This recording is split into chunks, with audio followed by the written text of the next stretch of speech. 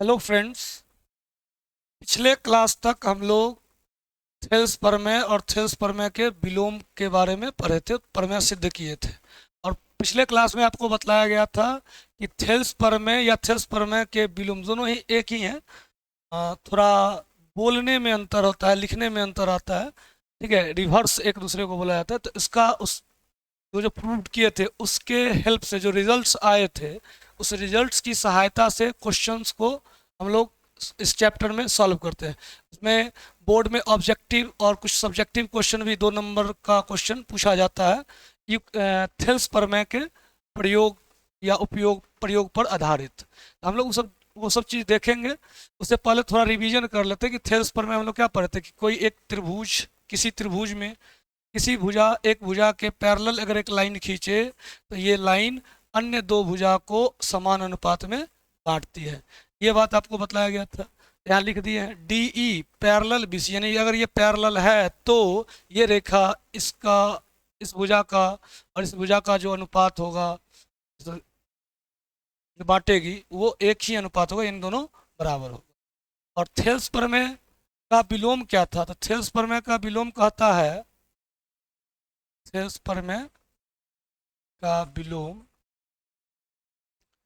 ये कहता है कि अगर ये त्रिभुज है और कोई रेखा काटा, अब ये नहीं बोला कि पैरेलल है, बोला कोई रेखा त्रिभुज के अन्य दो भुजा को क्या किया, काट रहा है, और वो इस प्रकार करता है कि अनुपात बराबर है, मतलब एक ही अनुपात में काटती है। ए डी बट्टा डी बी बराबर ए ई बट्टा ई सी है। तो ये जो लाइन है डी ई, जो इन दो भुजा को काटती है, ये पैरेलल होगी इस त्रिभुज की तीसरी भुजा बीसी के। ये थेल्स का नियम था। अब इस रिजल्ट से और भी रिजल्ट प्राप्त किए जा सकते हैं। जैसे आप देखें ए डी बट्टा डी बी बराबर ए ई बट्टा सी। फिगर भी बना लेते हैं, समझने में आसानी रहेगा। A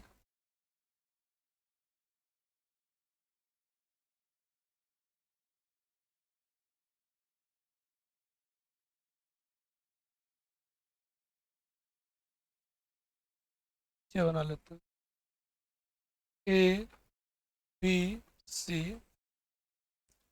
D. देखिए, हम चाहते हैं कि इस रिजल्ट में जो थेल्स के अनुसार से रिजल्ट था, थेल्स बारे में से ये रिजल्ट था, इसमें दोनों तरफ एक जोड़ दिया जाए। तो अगर इधर ए डी बट्टा डी बी, इधर एक जोड़ दें, और इधर है ए ई बट्टा ई सी, इसमें एक जोड़, दोनों जगह एक जोड़ दिए। दोनों, हम लोग को पता है गणित में दोनों तरफ समान संख्या जोड़ने, समान संख्या घटाने, गुना करने से इक्वलिटी चिन्ह पर कोई फर्क नहीं पड़ता है। यहाँ से इक्वलिटी पर कोई फर्क नहीं पड़ेगा। लेकिन अब यहाँ से देखिए कि जब इसको हल किया जाए तो ये वाला संख्या यहाँ गुना होगा, ये वाला पद ये हो जाएगा ए डी प्लस, आप इसे नहीं समझे, एक एक करके बतलाते हैं। यहाँ बट्टा में कुछ नहीं, क्या है, वन। यहाँ बट्टा में कुछ नहीं है, क्या, वन। डी बी एक अंक मान लीजिए कि ये अंक है। डी बी कोई संख्या, इसका एक के साथ जब एलसीएम लेंगे तो ये क्या आएगा, डी बी ही आएगा। और एलसीएम के अनुसार से जो बनाते हैं हम लोग, भिन्न का जोड़ भिन्न का घटाव, सेम वही चीज़ अप्लाई कर रहे हैं। इस डीबी में जब इस डीबी से भाग करेंगे तो क्या आएगा, एक। सेम संख्या को सेम संख्या से भाग करते तो क्या आता है, एक। यहाँ पर डीबी लिखा हुआ है तो वही मान लेंगे अंक है कोई। अब ये मान के चलिए डीबी से डीबी में भाग दिए तो क्या आया, एक। एक से इस ऊपर वाले संख्या में गुना करते हैं तो ए डी ही रहेगा प्लस। अब इस संख्या डीबी में एलसीएम जो आया, इसमें इस एक से भाग करेंगे। तो किसी भी संख्या में एक से भाग करते हैं तो वो संख्या ही उसका भागफल होता है, तो ये डीबी ही रह जाएगा क्योंकि एक से भाग डीबी में कर रहे हैं। तो फिर इस जो भागफल आता है उसको ऊपर वाले संख्या से गुना करते हैं। तो डीबी को जब इस एक से गुना करेंगे तो क्या आ जाएगा यहाँ, और सेम प्रोसेस आप इधर जब अप्लाई कीजिएगा तो ये क्या आएगा, ई सी, और ये हो जाएगा ए ई प्लस, फिर ये यहाँ गुना हुआ तो ई सी। अब यहाँ देखिए A D plus D B, A D और इसको बढ़ाते चल गए डी बी तक, ये दोनों इसका और इसका जोड़, तो ये पूरा लंबाई ना आ गया, तो पूरा लंबाई को क्या बोलते हैं, ए बी। तो इसके जगह पर हम लिखेंगे ए बी बट्टा बराबर ए ई और ई सी। तो ए ई और ई सी को जब जोड़िएगा तो ये पूरा लेंथ बतलाएगा इस भुजा का, उसका नाम क्या है ए सी, बट्टा में क्या है ये ई सी। ये एक नया रिजल्ट दिया। जो चीज़ अभी हम आधा पर देख रहे थे, ये आधा ना कह के इसको ये कहिए कि ऊपर वाला भुजा का भाग बट्टा नीचे वाला, फिर ये ऊपर वाला बट्टा नीचे वाला। अब इसमें जब एक जोड़ते ये कंप्लीट आ गया कि पूरा भुजा बट्टा में नीचे वाला, फिर ये पूरा भुजा बट्टा में इसका नीचे वाला रहेगा, तो ये भी अनुपात आपस में क्या होंगे, बराबर होंगे। समझ में आ रहा है। अगर आप एडी को नीचे रखना चाहते हैं तो फिर इसी रिजल्ट को दूसरे तरीके से बनाना पड़ेगा। अभी बट्टा में क्या है डी बी और ई सी, तो ऊपर में ए बी और ए सी। हम चाहते हैं कि ऊपर में ए बी और ए सी रहे, लेकिन नीचे में इस ये डी बी नहीं हो के ये ए डी हो या ये ए ई हो। तो इसके लिए आपको सेम रिजल्ट को ए डी बट्टा डी बी और ए ई बट्टा ई सी, ये अनुपात थेल्स के अनुसार से दिया था। अब हमको क्या करना है कि इसको नीचे रखना है, यही सेम वर्क करना है लेकिन इसको उलट के करना है। तो इसको आप इस अनुपात को बदलिएगा तो ये अनुपात भी क्या होगा, बदल जाएगा। ठीक है, तो ये हो जाएगा डी बी बट्टा ए डी, इस अनुपात में नीचे वाला को ऊपर किए ऊपर वाला को नीचे, तो ये भी क्या होगा, कन्वर्ट हो जाएगा, ताकि ये इनइक्वलिटी पर कोई फर्क नहीं पड़े। इक्वलिटी बोलिए ई सी बट्टा ए। अंक में अगर आपको समझ में आता है तो वही समझिए, 1/2 बराबर 1/2। इसको उलट दे तो ये हो जाएगा 2/1, इसको भी उलट दीजिए 2/1, दोनों बराबर है कि नहीं है, है? लेकिन अगर आप एक को उलट दिए 1/2 को, 1/2 बराबर 1/2 लिखे, इसको उलट दिए 2/1, इसको नहीं बदले 1/2, तो ये सही नहीं है, ये हम लोग जानते हैं। ठीक है,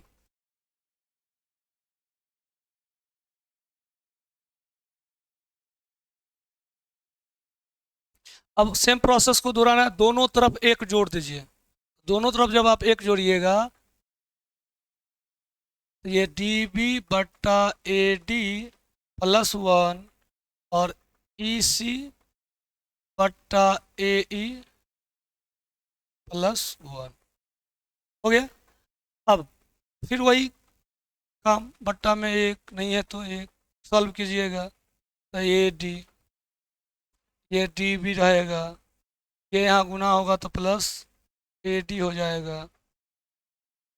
फिर वही प्रक्रिया ए ई और 1 का एलसीएम ए ई, ये ई सी रह जाएगा, और ये ए ई यहाँ गुना हो, एक में गुना होगा तो ए। फिर भुज में आप देख लीजिए फिर से, ये थेल्स के रिजल्ट पर ही अप्लाई कर रहे हैं तो थेल्स वाला ही फिगर से समझना पड़ेगा। अब देखिए डी बी और ए डी का जोड़, तो ये डी बी और ये ए डी, इस दोनों लाइन का जोड़ पूरा ए बी के बराबर, तो ऊपर में क्या आ गया ए बी, अब बट्टा में क्या रह गया ए डी, क्योंकि ये तो अकेला है। ई सी और ए ई, ये है ई सी और ये है ए ई, इन दोनों को जोड़ेंगे तो क्या बनेगा ए सी बट्टा,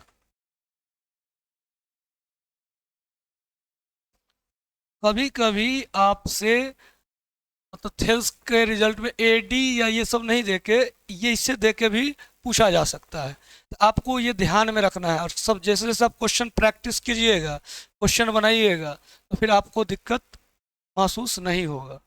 अगर आप क्वेश्चन नहीं बनाए केवल इसको समझ लिए और सोचिएगा कि एग्जाम में हम क्वेश्चन आएगा तो बना देंगे, नहीं होगा। ठीक है, क्योंकि ज्यामिति एक ऐसा विषय है जहाँ पर लोग कंफ्यूज बहुत ज़्यादा होते हैं।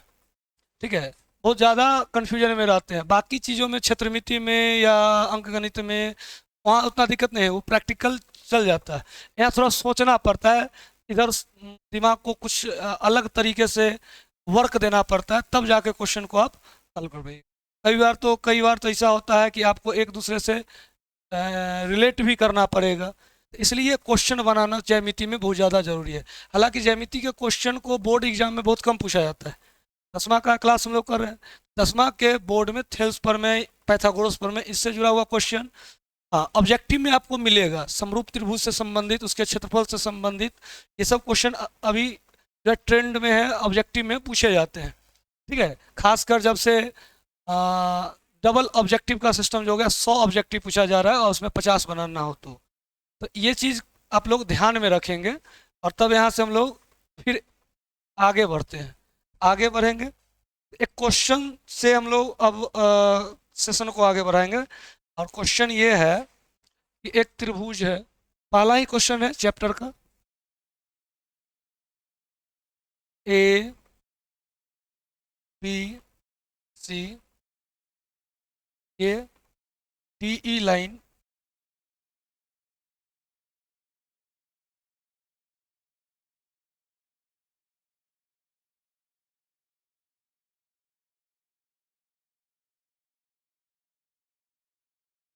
ये डी ई लाइन है, इसमें दिया गया ये लेंथ x, ये 16, ये 34 और ये 70, और हम लोगों से पूछा जा रहा है कि x का मान ज्ञात कीजिए।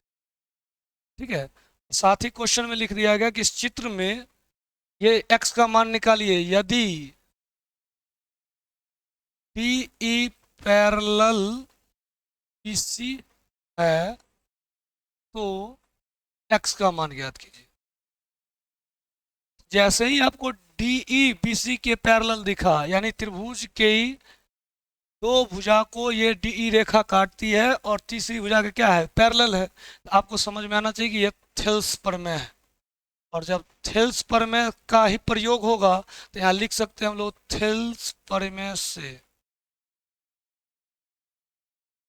थेल्स प्रमेय क्यों अप्लाई होगा, क्योंकि ये दिया हुआ है डी पैरेलल बी सी, और जब कोई भुजा किसी तीसरी भुजा के, त्रिभुज की किसी एक भुजा के पैरेलल हो तो थेल्स प्रमेय अप्लाई होगा कि अन्य भुजा को जब काट रहा है तो उसका अनुपात क्या होगा, बराबर, तो ए डी बट्टा डी बी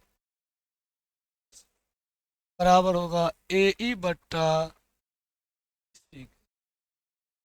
मतलब यहाँ ए डी का मान x, यही तो निकालना है, डी बी का मान ए ई का मान 34, इसी का मान 17, 17 दूना 34, इसीलिए x बराबर 2 गुना 16 बराबर,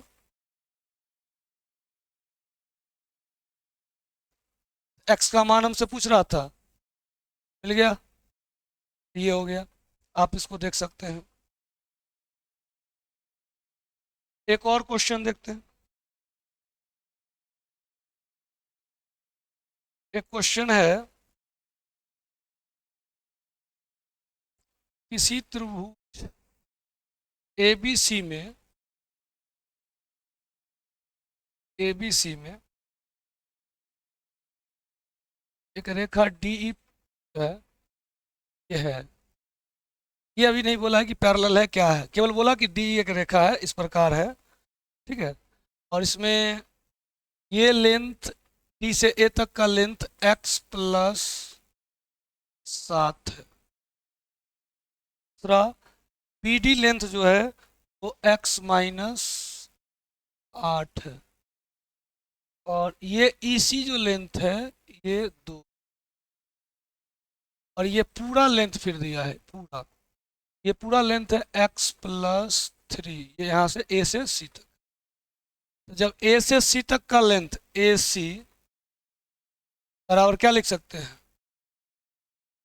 AC बराबर x प्लस 3, तो ये AE निकाला हो तो AE बराबर, देखिएगा आप, ये AE जो है इस पूरे AC में से अगर EC को हटा दिया जाए, AC में से घटा दे EC को, तो AE मिलेगा। अब AC पूरा कितना था, x प्लस 3, EC कितना था 2, ये बचेगा कितना, x प्लस वन। यानी ये डायरेक्ट नहीं देख के आपको निकालना पड़ेगा, तो ये है x प्लस वन। हम लोग आसानी से ये प्राप्त कर सकते हैं। और इंफॉर्मेशन इसमें साथ में ये दिया कि कोण ए बी सी बराबर है कोण A D.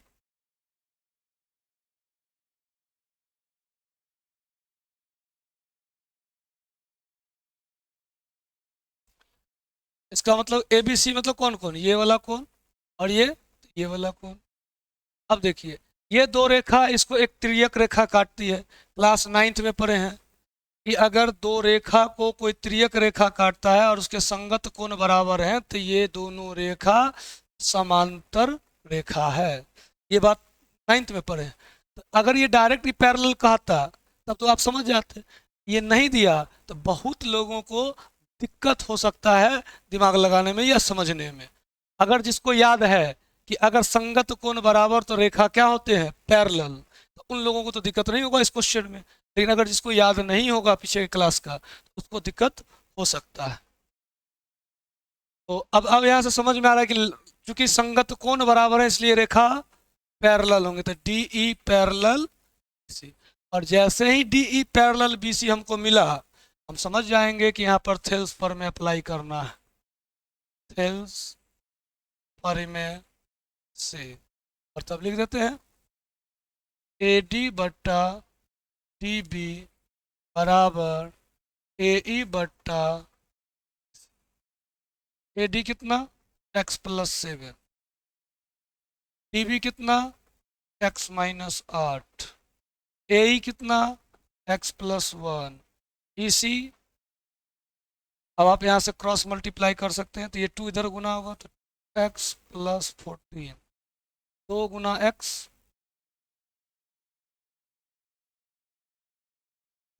2 into X plus 7 बराबर x प्लस 1 यहाँ पहले से था प्लस 1, इसमें मल्टीप्लाई होगा x माइनस, इधर वाला हम मिटा रहे हैं,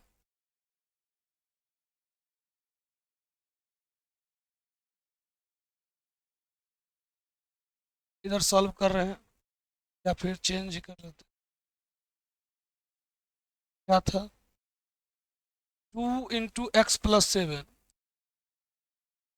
2 एक्स प्लस 7 बराबर x plus 1 two X minus 8 था। दोबारा लिख लिया, ये मल्टीप्लाई कीजिए आप, तो 2x प्लस 2 गुना 7 14।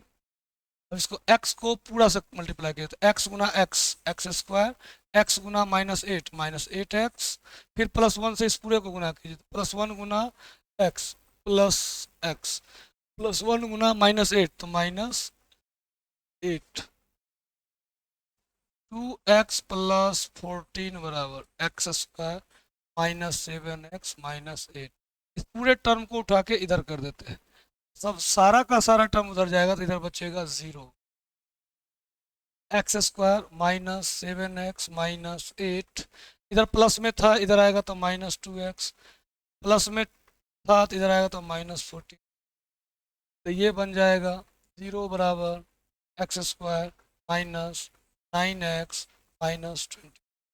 0 बराबर पढ़ने में अच्छा नहीं लगता है। इक्वलिटी है तो आप x बराबर y लिखिए या y बराबर x, मतलब x बराबर y दिया है तो हम उसको y बराबर x लिख दो, कोई दिक्कत नहीं होता, ये लिखते हैं हम लोग। तो यही बात है, ये इसको इधर लिख देते हैं, इसको इधर कर देते हैं। इससे इनइक्वालिटी पर कोई फर्क, इक्वलिटी पर कोई फर्क नहीं पड़ेगा। X square minus 9x minus 20 बराबर 0, इक्वलिटी का चिन्ह है। अब इसका गुणनखंड करना है तो गुणनखंड आप 9th में पढ़े हैं, हम यहाँ पर कर देते हैं। इस बीच वाले टर्म को ऐसे तोड़ना है दो पार्टों में कि जोड़ने या घटाने पर -9 आ जाए और गुना करे तो -22 पड़ जाए। तो 11 और 2 का कंसेप्ट आप देखिए, 11 दूना 22, 11 में से 2 घटाए तो क्या हो जाएगा 9। लेकिन अब ध्यान रखना है कि 11 और 2 में किसको प्लस में रखे और किसको माइनस में, क्योंकि यहाँ देखिए 9 बीच वाला टर्म जो है वो माइनस में रखना है, तो बड़ा संख्या को आप माइनस में रखिए और छोटा को प्लस में, ये आ जाएगा x square minus 11x plus 2x minus 22 बराबर 0। देख रही, 11 में से 2 घटा तो ये बड़ा वाला का चिन्ह। अब यहाँ से x common, x minus 11 plus 2 common, x minus 22, 22 नहीं 11 बराबर, ये बन जाएगा x plus 2 into x minus 11 बराबर,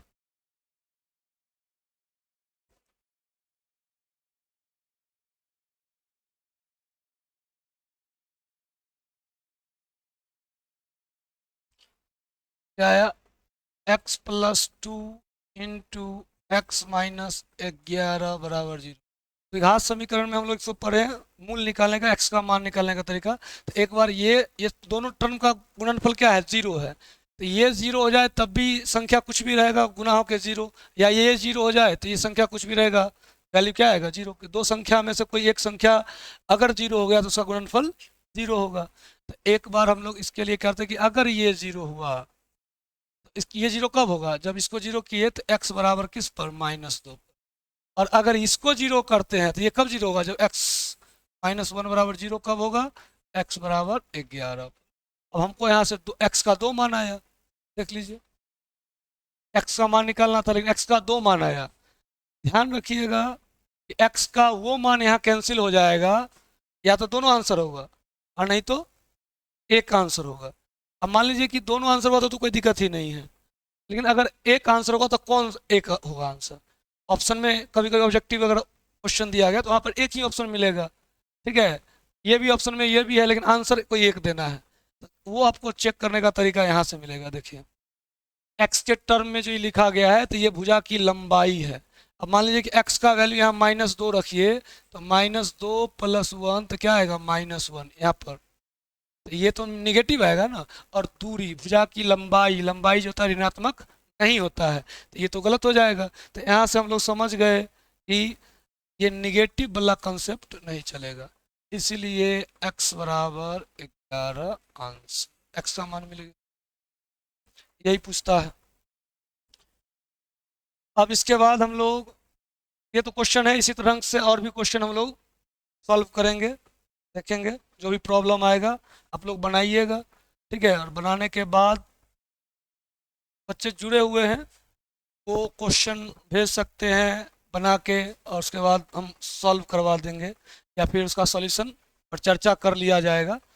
अब नेक्स्ट है कि इससे जुड़ा हुआ कुछ अन्य महत्वपूर्ण ज्यामितीय रिजल्ट्स हमको देखने हैं।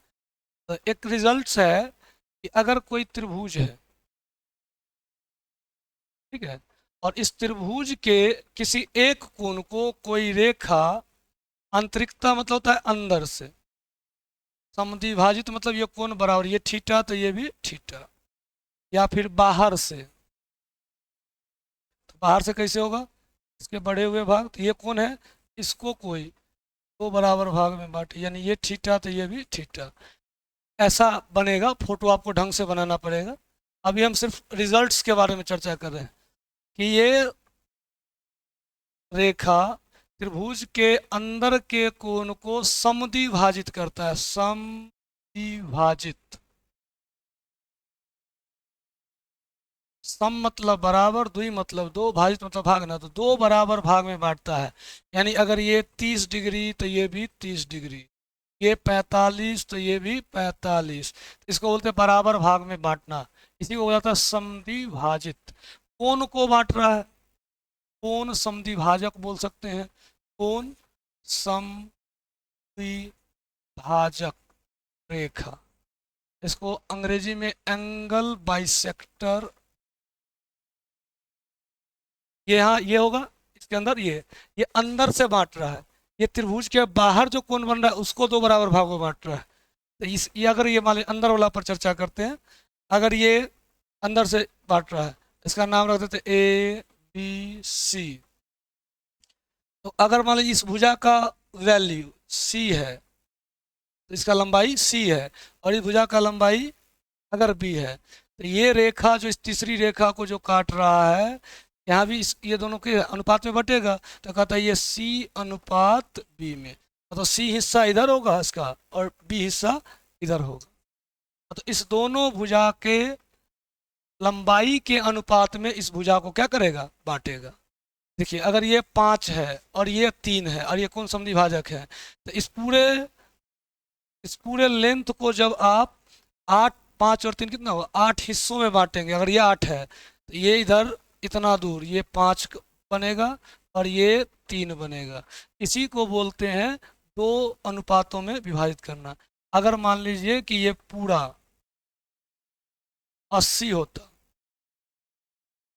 ठीक है ना, तो 80 को 8 बराबर भाग में बांटिए, 10 गुना 8, इसका मतलब ये 50 होता, ये लेंथ क्या होता 50 और ये लेंथ कितना होता 30,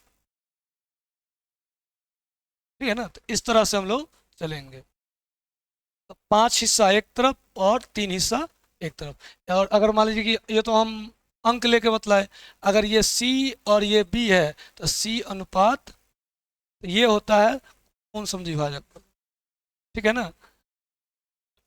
एक रिजल्ट हम लोग का ये रहा।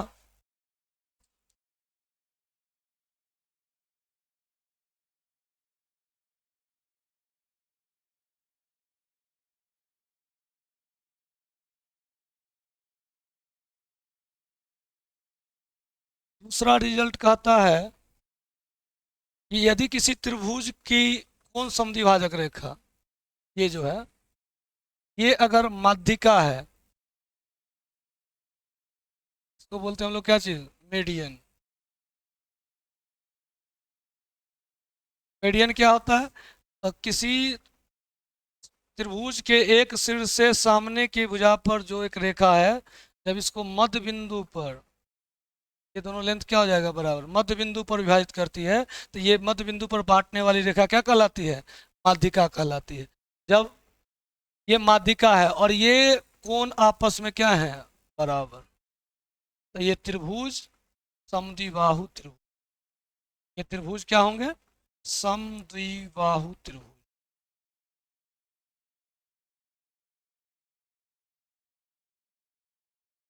ये त्रिभुज क्या होंगे, समद्विबाहु त्रिभुज, ठीक है। इसका कंसेप्ट है समरूप त्रिभुज का कंसेप्ट लगाते हैं। ये भुजा तो उभयनिष्ठ है, दोनों में है, ये कोण क्या हो गया, बराबर, और ये भुजा और ये भुजा बराबर हो गया ना। इसको बोल सकते हैं कि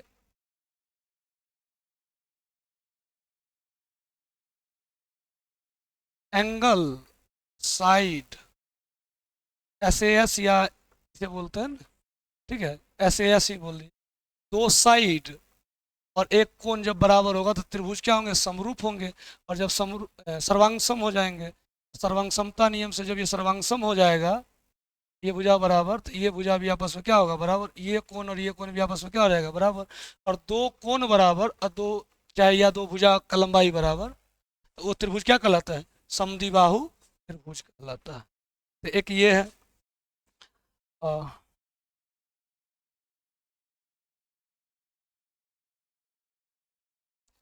दूसरा कहता है कि यदि किसी त्रिभुज में एक शीर्ष से एक माध्यिका डाले और ये कोण को क्या कर रहा है, समद्विभाजित कर रहा है, शीर्ष कोण को समद्विभाजित कर रहा है। एक और माध्यिका इधर से बना है, दो माध्यिका हो गया, ये भी माध्यिका है और ये भी क्या है, माध्यिका है, ये रेखा भी माध्यिका है, और ये भी इस कोण को बराबर बांटे। तो ऐसे केस में ये त्रिभुज जो बनेगा, पूरा त्रिभुज जो होगा, ये समबाहु त्रिभुज। इस सबको आप एज ए रिजल्ट याद रख सकते हैं, ठीक है, समबाहु त्रिभुज। क्वेश्चन बनाने में आपको हेल्प करेगा, ठीक है। और डिटेल में जानना है कि कैसे होता है, तो आप क्लास 9th में यूक्लिडियन ज्यामिति जो है उसका रिवीजन कर सकते हैं। और एक रिजल्ट जो है समलंब चतुर्भुज से जुड़ा हुआ है। रिजल्ट ये है कि यदि कोई समलंब चतुर्भुज है, इसे ट्रेपिज्म बोलते हैं ना, और इसमें ये विकर्ण है इधर ये विकर्ण है, समझ आ रहा है कि नहीं? अगर ये समलंब चतुर्भुज है तो इनके विकर्णों का जो ये कटान बिंदु, यहाँ से नाम लिख देते हैं ए बी सी डी, समलंब चतुर्भुज के लिए, किसके लिए? समलंब के लिए। यानी अगर ये समलंब चतुर्भुज है, समलंब चतुर्भुज है तो, समलंब है तो, समलंब नहीं होगा तो ये रिजल्ट नहीं होगा। तो समलंब है, इसके विकर्णों का जो अनुपात होगा वो आपस में बराबर होगा, यानी ए ओ बट्टा ओ सी बराबर होता है ओ बी या बी ओ बट्टा डी। ये अनुपात और ये अनुपात आपस में क्या होंगे? बराबर।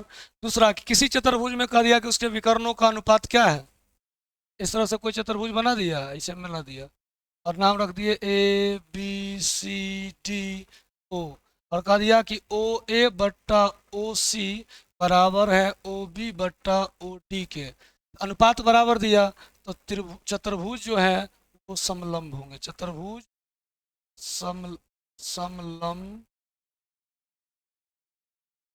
वाइस वर्सा है, समलंब है तो रिजल्ट ये होगा, अगर रिजल्ट ये है चतुर्भुज में विकर्णों का, तो चतुर्भुज कैसा होगा? समलंब होगा। तो ये रिजल्ट आपको आगे काम देगा। ठीक है, क्वेश्चन प्रश्नावली बनाने में थेल्स प्रमेय से जुड़ा हुआ जो भी प्रश्नावली है उसमें इन रिजल्ट्सों का भी प्रयोग होगा। ठीक है, तो आगे हम लोग क्वेश्चन देखेंगे नेक्स्ट सेशन से। आज के लिए इतना ही। ठीक है, धन्यवाद।